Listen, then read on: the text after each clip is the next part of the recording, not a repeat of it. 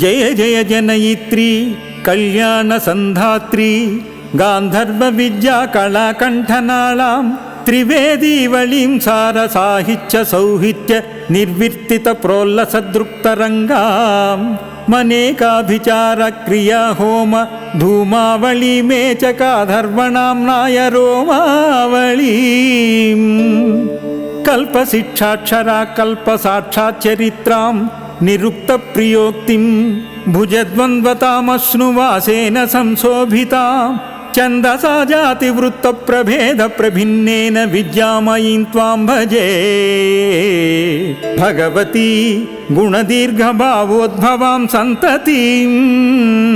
तन्दधानां महाशब्द निष्पादक व्याक्रिया शास्त्र ताञ्चीकलापं कटिमण्डले भभृतिं ज्योतिषाहारदण्डेन तारोदय स्फूर्ति विद्योतमानेन विभ्राजिताम् आत्मपक्षानुरागान्विताभ्यां भाव्यां च पूर्वोत्तराभ्यां महादर्शनाभ्यां प्रतिष्ठापितोष्टप्रवालां परब्रह्मकर्मार्धवेद प्रभेदाद्विदाय त्वदाद्वीं शरीरां प्रतिष्ठां परां प्राप्तया चारुमीमांसया मांसलेनोरुयुग्मेन सम्यक् पराच्छादनं लालयन्तीं मुहुपत्रदाने गुणान्वितपूग तकृत्खण्डनं प्रौढिमाढौकमानेन दन्तात्मना तर्कशास्त्रेण कामाप्यभिख्यां मुखे ख्यापयन्तीं ध्रुवं देवी वन्दे तमां त्वामहं द्रुहिणी गृहिणी मत्स्यपद्मादिसंलक्षितं पाणिपद्मं त्वदीयं पुराणं शिरस्तावकं निर्मलं धर्मशास्त्रं दलाभ्यां भ्रुवावों क्रिया मन्त्रराजस्य त्वद्बिन्दुना चित्रकं पालभागे तदर्धेन्दुना ते विरिञ्चीर्विपञ्ची कलक्पाणचापं प्रणीन्ये स्वयं भवतु मम सदा शुभं भारती त्वत्प्रसादादसाधारणा तत्कृपाधारभूतं प्रभूतं नमः सोमसिद्धान्तकान्ताननायै नमस्तून्यवादात्ममज्जान्वितायै सुविज्ञानसामस्य हृत्पङ्कजायै नमस्तेस्तु साकारता सिद्धिभूम्ने नमस्तेस्तु कैवल्यकल्याणसीम्ने नमः सर्वगीर्वाणि चूडामणिस्त्रेणि सोनप्रभाजालबालतपास्मेरपादाम्बुजायै नमस्ते शरण्ये नमस्ते वरण्ये नमः शर्मदायै नमो नर्मदायै नमो शाश्वतायै नमो विश्रुतायै नमस्कारदायै नमस्ते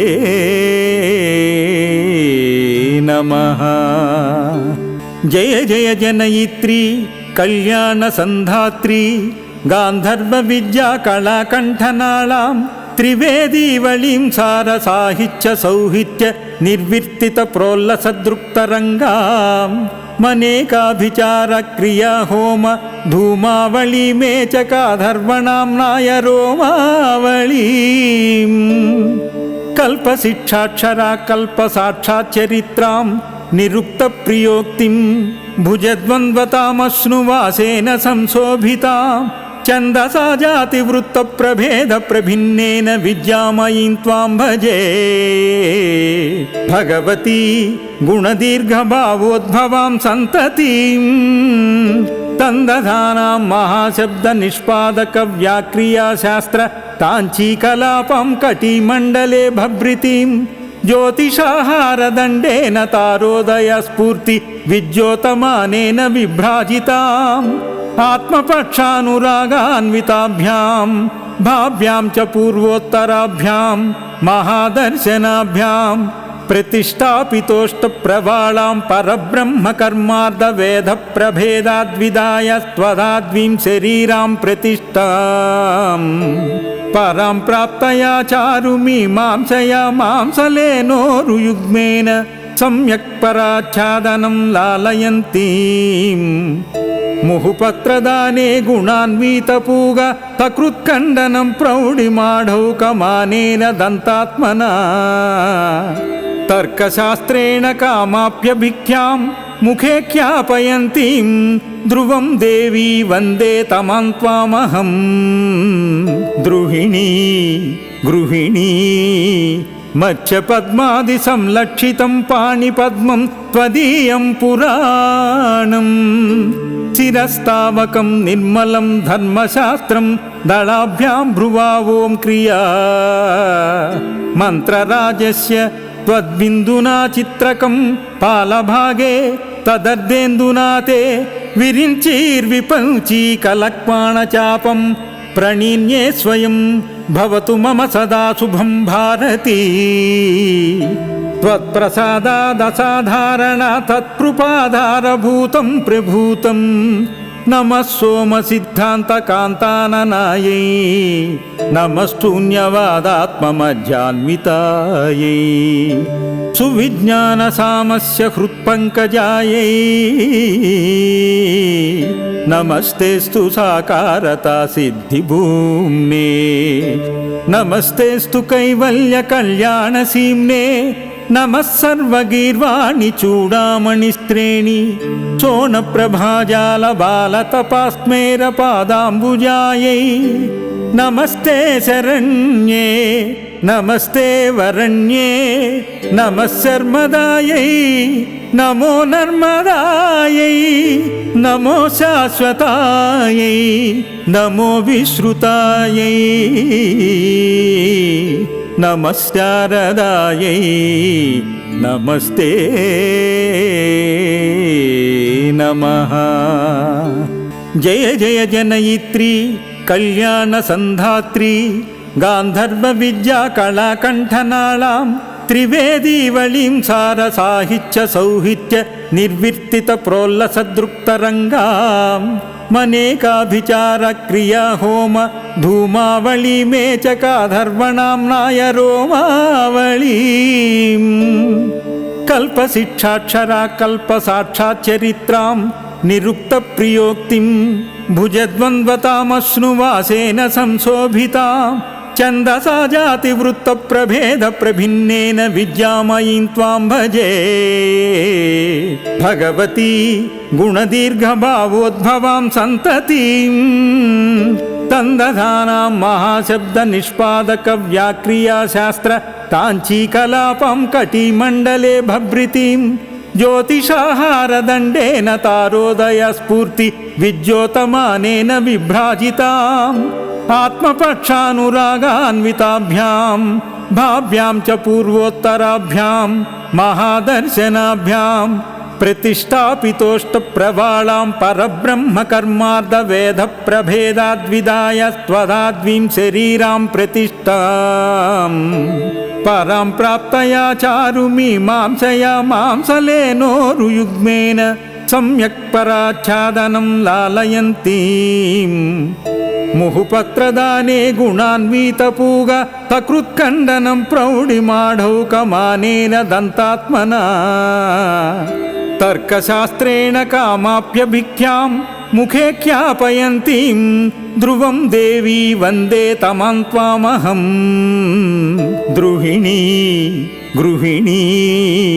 मत्स्यपद्मादिसंलक्षितं पाणिपद्मं त्वदीयं पुराणं शिरस्तावकं निर्मलं धर्मशास्त्रं दलाभ्यां भ्रुवावों क्रिया मन्त्रराजस्य त्वद्बिन्दुना चित्रकं पालभागे तदर्धेन्दुना ते विरिञ्चीर्विपञ्चीकलक्पाणचापं प्रणीन्ये स्वयं भवतु मम सदा शुभं भारती त्वत्प्रसादादसाधारणा तत्कृपाधारभूतं प्रभूतं नमः सोमसिद्धान्तकान्ताननायै नमस्तून्यवादात्ममध्यान्वितायै सुविज्ञानसामस्य हृत्पङ्कजायै नमस्तेस्तु साकारता सिद्धिभूम्ने नमस्तेस्तु कैवल्यकल्याणसीम्ने नमः सर्वगीर्वाणि चूडामणिस्त्रेणि सोनप्रभाजालबालतपास्मेरपादाम्बुजायै नमस्ते शरण्ये नमस्ते वरण्ये नमः शर्मदायै नमो नर्मदायै नमो शाश्वतायै नमो विश्रुतायै नमः शारदायै नमस्ते नमः।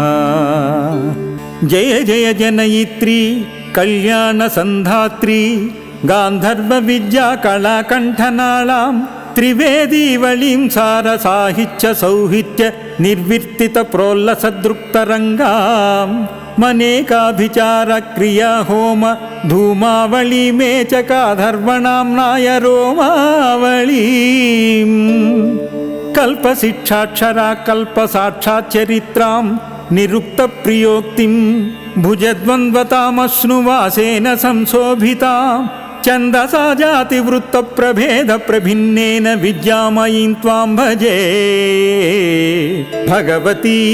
गुणदीर्घभावोद्भवां सन्ततिं तन्दधानां महाशब्दनिष्पादकव्याक्रियाशास्त्र ताञ्चीकलापं कटिमण्डले भभृतिं ज्योतिषाहारदण्डेन तारोदयस्फूर्ति विद्योतमानेन विभ्राजिताम् आत्मपक्षानुरागान्विताभ्यां भाव्यां च पूर्वोत्तराभ्यां महादर्शनाभ्यां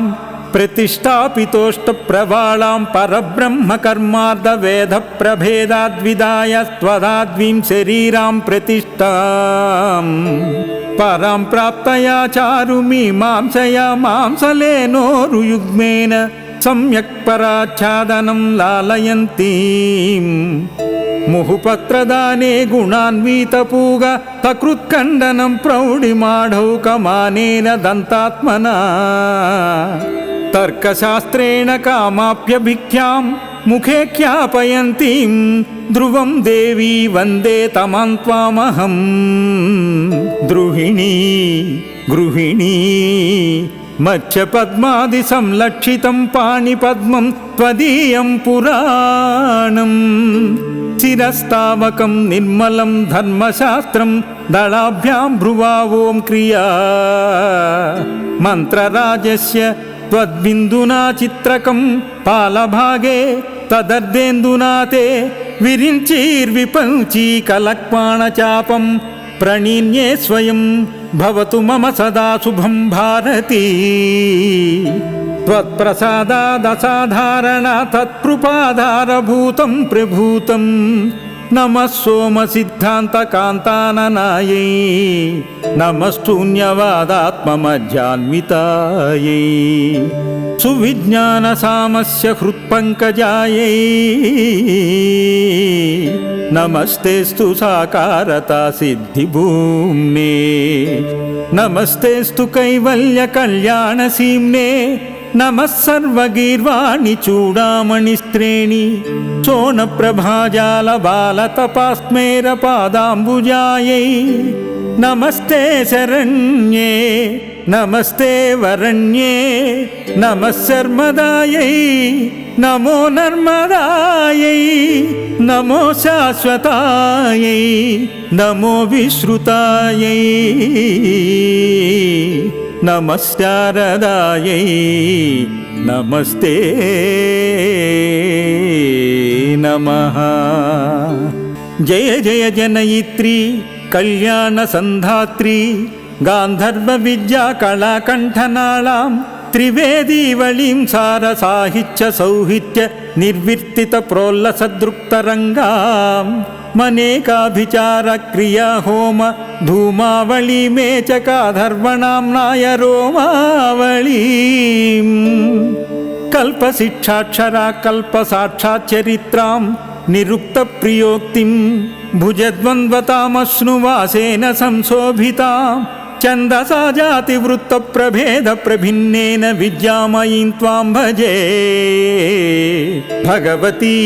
गुणदीर्घभावोद्भवां सन्ततिं तन्दधानां महाशब्दनिष्पादकव्याक्रियाशास्त्र ताञ्चीकलापं कटिमण्डले भभृतिं ज्योतिषाहारदण्डेन तारोदयस्फूर्ति विद्योतमानेन विभ्राजिताम् आत्मपक्षानुरागान्विताभ्यां भाव्यां च पूर्वोत्तराभ्यां महादर्शनाभ्यां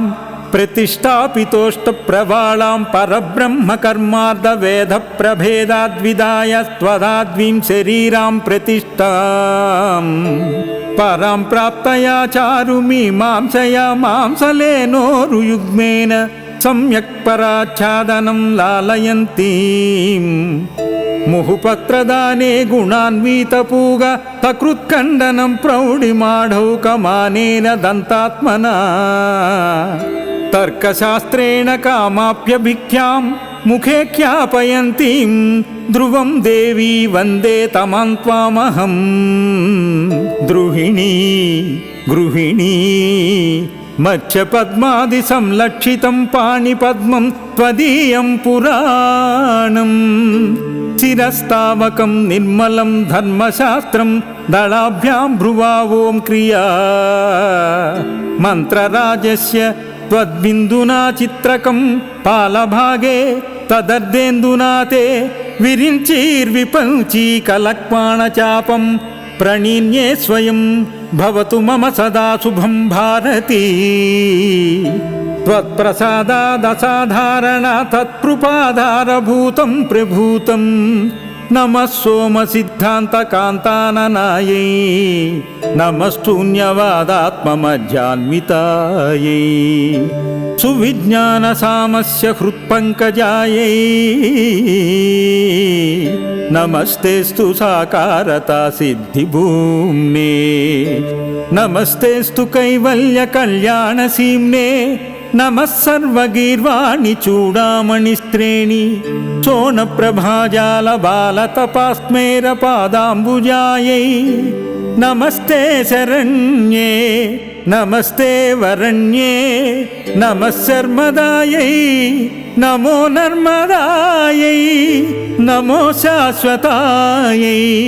नमो विश्रुतायै नमः शारदायै नमस्ते नमः श्रीनाथकवि शृङ्गारनैषदं भारतीदण्डकं श्रीसरस्वतीदण्डकं समाप्तम्।